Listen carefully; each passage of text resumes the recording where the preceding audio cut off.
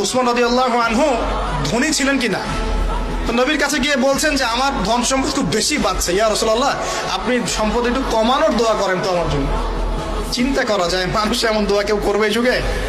আচ্ছা, নবী সাল্লাল্লাহু আলাইহি ওয়াসাল্লাম বললেন তুমি উটের পিঠে গাধার পিঠে খাওয়া দাওয়া করো, ঠিক আছে, খাওয়া দাওয়া করো।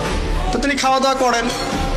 এখন কয়দিন বলতে কতদিন আল্লাহ ভালো জানেন, তিনি এসে বলছেন ইয়া রাসূলুল্লাহ আমার তো সম্পদ আরো আগের চেয়ে বাড়তেছে, দেখি আপনি কি দোয়া করলেন, সম্পদ তো আরো বাড়া শুরু করেছে এখন।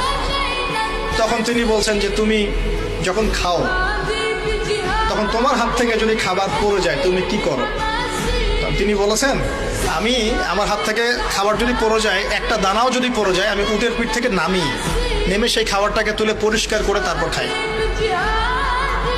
উসমান রাদিয়াল্লাহু আনহু এত ধনী মানুষ, তিনি প্রতি বেলায় 100 মানুষকে খাওয়াতে পারেন, কোনো সমস্যা নেই।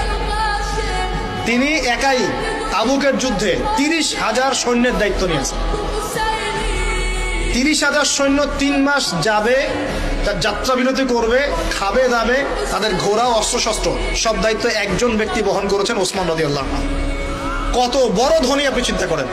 উনার মতো ধনী কোনো পররাষ্ট্রমন্ত্রী নাই পৃথিবীতে এখন, কোনো বিশ্ব নেতাও নাই ওনার মতো ধনী, এখন কেউই নাই। আর উনি কিন্তু তার এই ধন সম্পদ সুদের মধ্য দিয়ে অর্জন করেন নাই, তার ধন সম্পদ দুর্নীতির মধ্য দিয়ে অর্জন করেন নাই, তার ধন সম্পদ তিনি কিন্তু এই যে অন্যের সম্পদ অন্যায়ভাবে দখল করে অর্জন করেন নাই। তিনি সম্পদ অর্জন করেছেন বৈধ পন্থায়, হালাল ব্যবসা করেছেন নাকি না? এই যে আমল, তো নবীজি বলছেন যে তোমার আমল যদি এমনই হয় তাহলে তোমাকে আল্লাহ পাক সম্পদ দিবে না, কাকে সম্পদ দিবে? মানে তুমি আল্লাহ পাকের যে সম্পদ রিজিকের যে শুকরিয়া আদায় করো, কৃতজ্ঞতা প্রকাশ করো।